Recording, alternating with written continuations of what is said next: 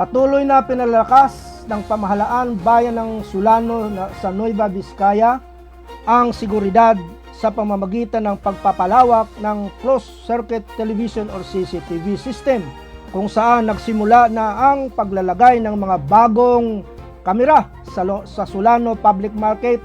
Ayon kay Mayor Philip Dacayo, layunin ng proyekto na mapigilan ang mga insidente ng kriminalidad, mapabilis ang pagtugon sa mga emergency at matiyak ang kaligtasan ng mga tendero, mamimili at iba pang bumibisita sa pamilihan. Bahagi ng pagpalawak ng surveillance network ng paggamit ng makabagong teknolohiya upang higit pang mapahusay ang magpapapanatili ng kapayapaan at kaayusan sa bayan. Inaasahan ang lokal na pamahalaan na sa pamamagitan ng proyektong ito ay magiging mas ligtas at mas maayos ang kapaligiran sa Solano Public Market para sa lahat ng gumagamit nito.